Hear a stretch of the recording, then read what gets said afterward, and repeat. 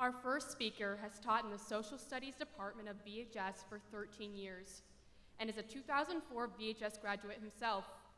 He's the proud father of a 2-year-old daughter, Claire, 5-year-old son, Lucas, and is married to his high school sweetheart, Rachel. Having personally had this teacher for multiple years, I can say that he possesses all the traits that make a teacher great. Not because he's good at explaining things or because he can make a good PowerPoint, but because he cares deeply about the lives of his students. He understands that it isn't the weight of a student's GPA that matters, but the weight of their heart. Through this mentality, he has helped kids grow in pursuit of knowledge rather than just pursuit of perceived success. For he recognizes honest success is more than just pass or fail. It is about passion, and it is about determination. It is now my pleasure to welcome to the stage Mr. Benjamin Lieske.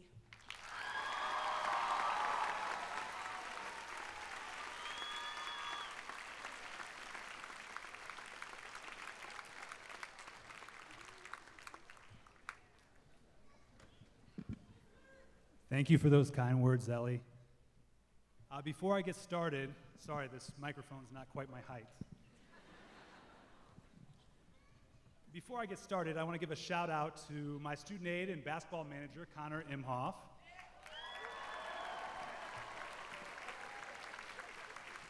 And Dr. Tabone already mentioned him, but Coach Prokop, Coach Mia, give us a glimpse of that trophy back there.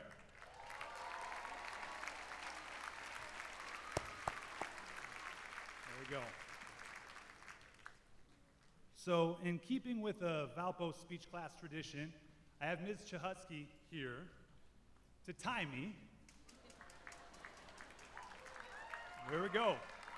As she's done for hundreds of you guys. So, Kat's got the clock, and we'll see if I can keep my allotted 10 minutes.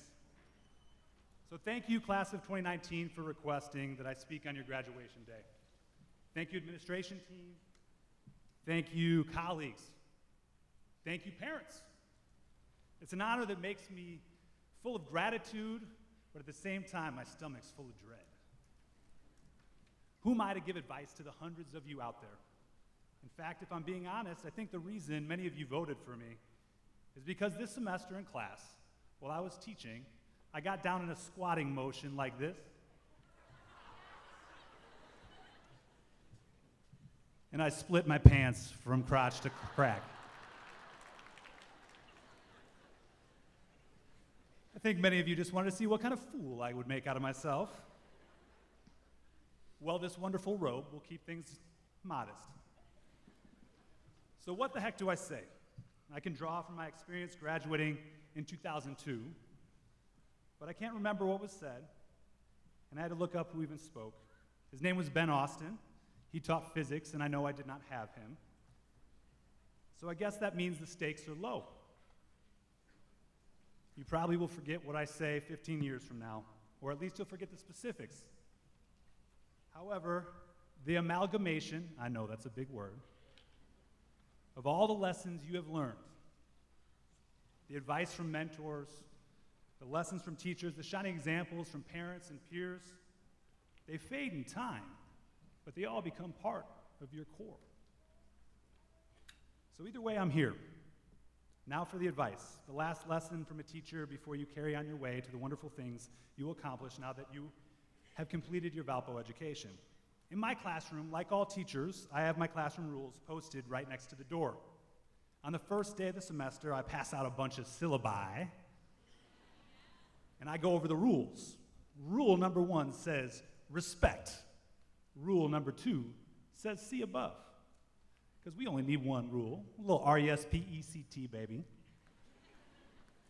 Respect is a simple enough word that we all know what it means, yet we can interpret it in a lot of different ways. So as you take off to the next stages of life, I hope you utilize a few of these lessons.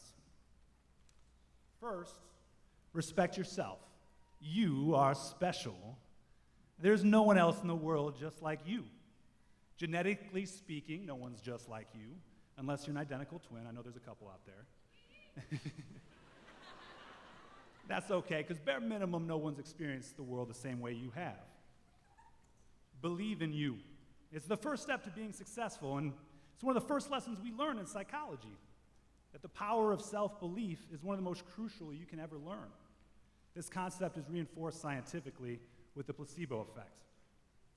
If everyone here has a headache, and half of us are given an Advil, and the other half are given a sugar pill, which should cause no physiological change, about half of those who get the sugar pill will report that their headache feels better. Why? Expectation. Belief. This has been further studied by Albert Bandura with his concepts of self-efficacy. If you believe you will be successful, you increase your chances of being so.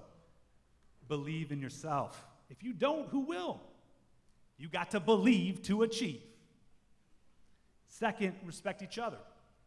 Respect each other's differences. The world is a place with entirely too much animosity. Our discourse with one another is often lacking in respect. Whether it's the belligerent talking heads on cable news or the minefields of the comments section on YouTube, we tend to focus so much on our differences that we miss out on the wonderful learning opportunities that can take place if we listen to those that are different than us. Mere human existence is hard enough on its own. We don't need to add to this difficulty. Practice courtesy. It's the most simple of pleasures, and it's one that immediately makes the world a little bit better place. Respect the clock. And I don't just mean being punctual, although that's important too. How am I doing, by the way, Kat? All right, right at the halfway point. I mean, how do you use your time? How efficient are you? You are gifted with 86,400 seconds every morning when you wake up. How do you spend those seconds? How do you use them to make you better and the world around you better? It's what we're here for. Time is one of our most valuable commodities, yet the only time we tend to appreciate it is when it's lacking. Have you ever stopped to consider how you invest those 86,400 seconds each day? How much are you investing in sleep? Knowing my students, not very much. How much do you waste? If it costs you $3,600 to scroll through Instagram each day, you probably would be less likely to do it.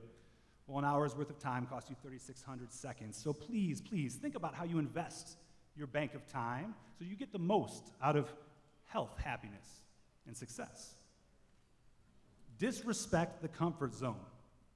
I know the theme of this thing is supposed to be respect, but I was starting to get a little too comfortable starting my paragraphs that way. So maybe I should put it this way: respect getting out of your comfort zone. This is easier said than done. You know when you start your day off with a nice list, like you got plans, all right? And then you sit on the couch for like 1 second, start watching TV, maybe playing a little Fortnite out there. Then the next thing you know, it's midnight and you have not accomplished a single thing.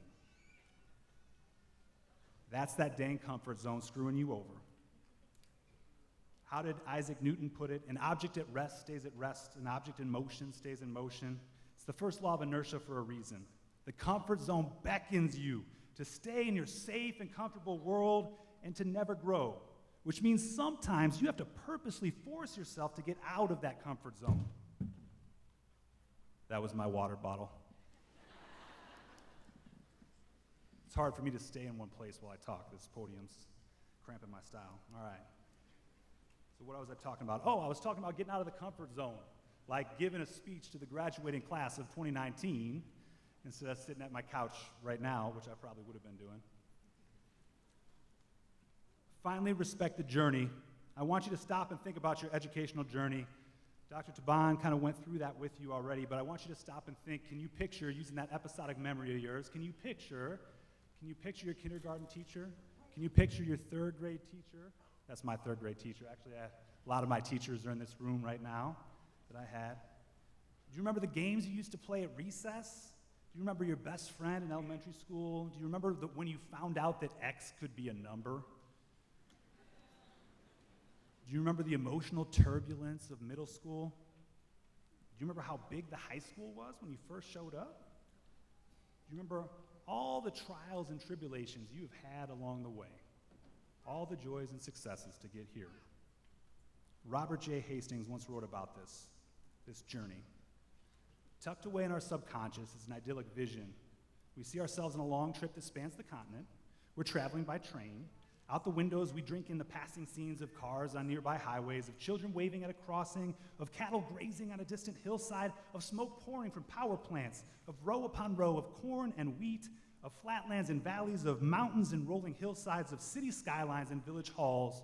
But uppermost in our mind is that final destination. On a certain day, at a certain hour, we will pull into the station.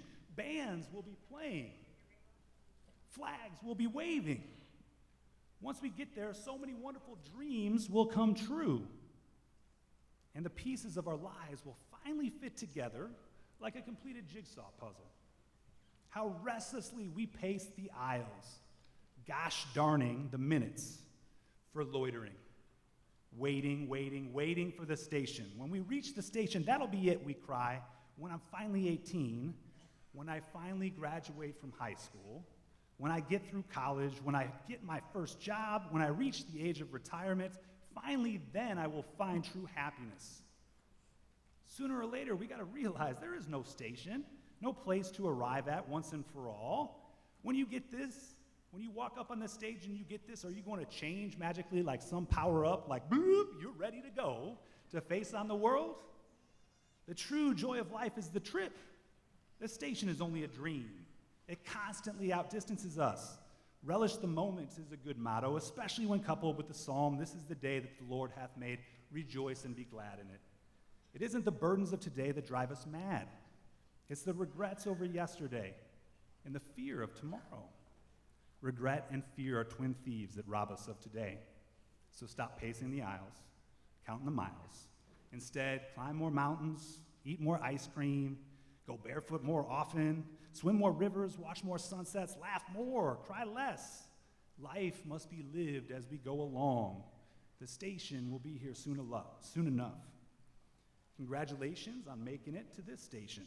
May it be one of many on your journey. May your journey in this life be a fruitful one in which you relish the moment, one in which you respect yourself, one in which you respect others, one in which you get out of your comfort zone, and one in which you respect the time that we have been gifted. How'd I do, Ms. Michowski? All right, stop. That's it. Thank you very much.